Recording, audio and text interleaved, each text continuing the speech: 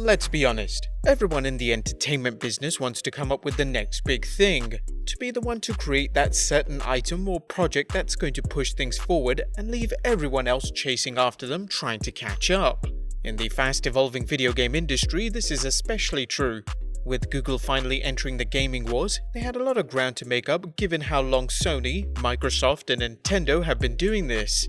Nevertheless, the company behind the internet's favorite search engine had big plans of coming out the gate strong, and those plans centered on Google Stadia. Unfortunately, it hasn't gone the way they hoped, and now only a few short months into this venture, some are calling the whole thing dead in the water already.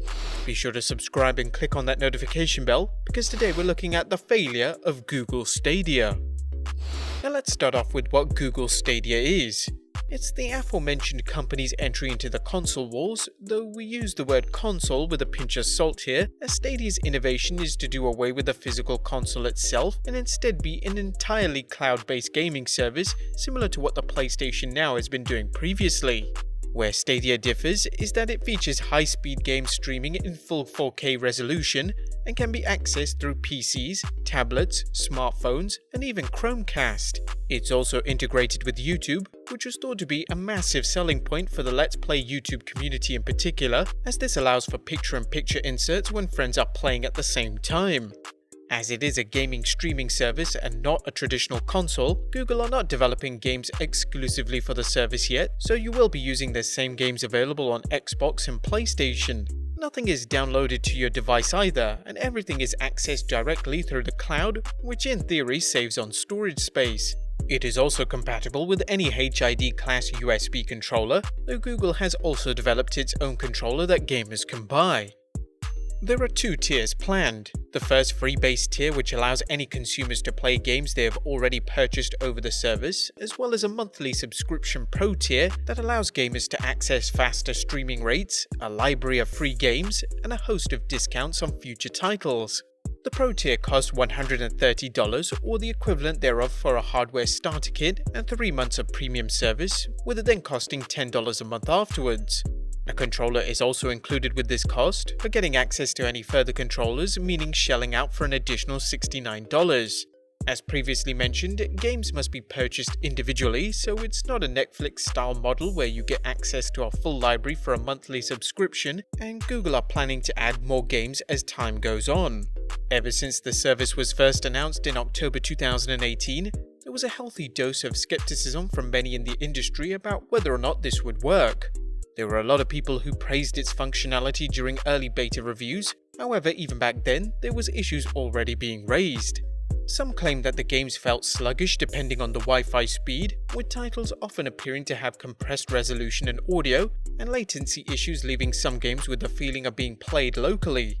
Even on a wired internet connection, some reviewers reported issues. It was a worrying start and set alarm bells ringing for many, as it seemed to them to be the next step in the eradication of physical gaming media that companies like Microsoft and Sony have been trying to push for years now, where the quality of online gaming would come at the whim of the strength of your internet connection.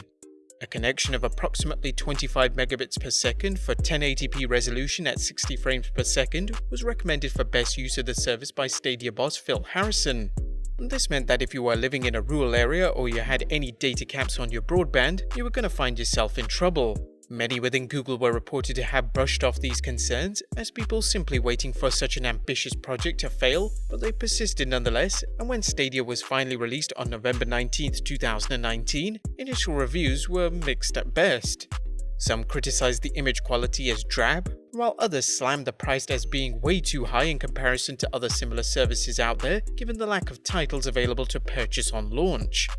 Some also complained that the service's limited library of games was too heavily focused on AAA blockbusters and first-person shooters, which didn't give a lot of variety and seemed to be designed specifically with the more casual audience in mind.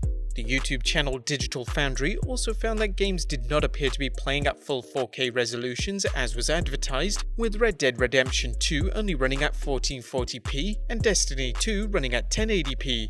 Some of these titles also struggle to maintain a 60 frames per second frame rate as well, which caused further concern.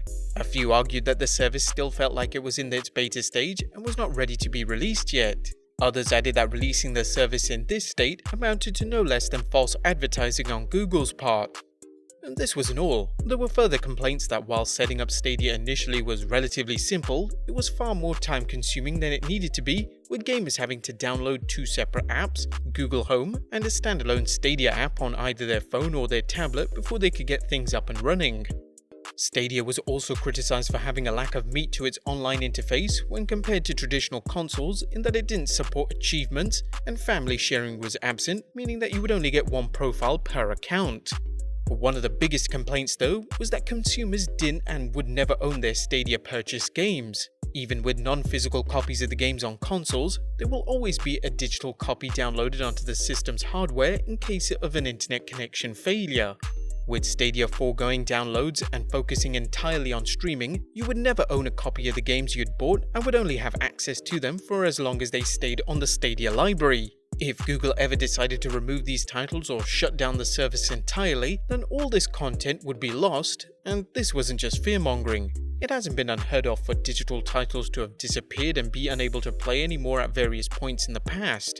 Basically, as observed by many, you would be paying full price to rent a game under this model, and many weren't happy about the prospect of this. That being said, it wasn't all bad reviews. A few reviewers did praise the controller design as being slick and intuitive, with some nice features including voice activation.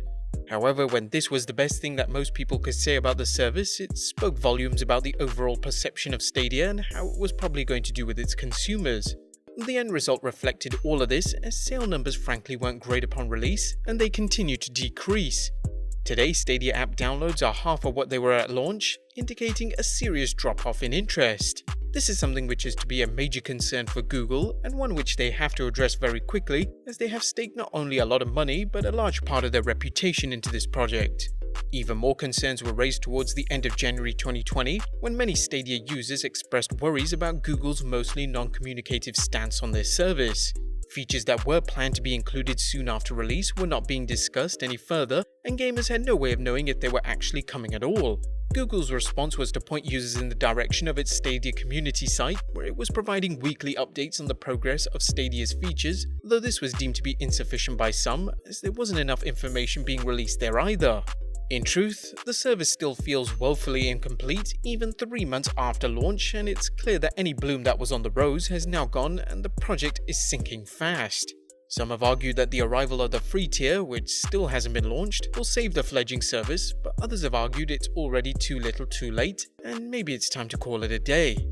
So where does it ultimately go from here? Given the fast-paced world of the video game industry, it's hard to say where Google Stadia will be in a year's time, or if it will in fact be here at all.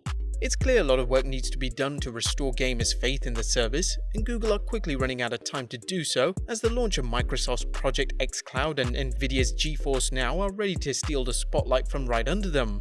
If we're being honest, we think the whole thing was rushed out way too quickly, probably in an effort to beat these other services to market, thrusting an unfinished product on the consumer and doing more damage to its public image in the long term.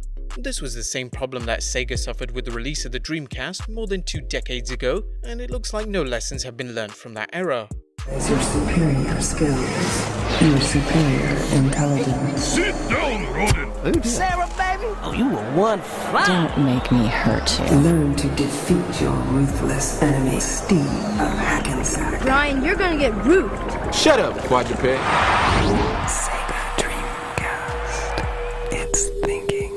We do hope Stadia can recover, because all we want as gamers is as many good products and services out there as possible. We know some are loyal to particular brands and take pleasure in seeing competitors fall, but that's bad for the industry as a whole, and we should want everything to succeed.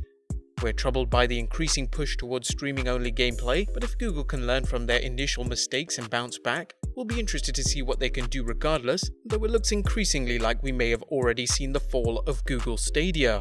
But there you have it, guys. Our look at the failure of Google Stadia. Do you think it can recover? Or do you think it's gone the way of the Ouya and will be banished forever? Let us know in the comments down below, subscribe if you haven't already, follow us on Instagram and Twitter, and I'll see you next time with some more video game content.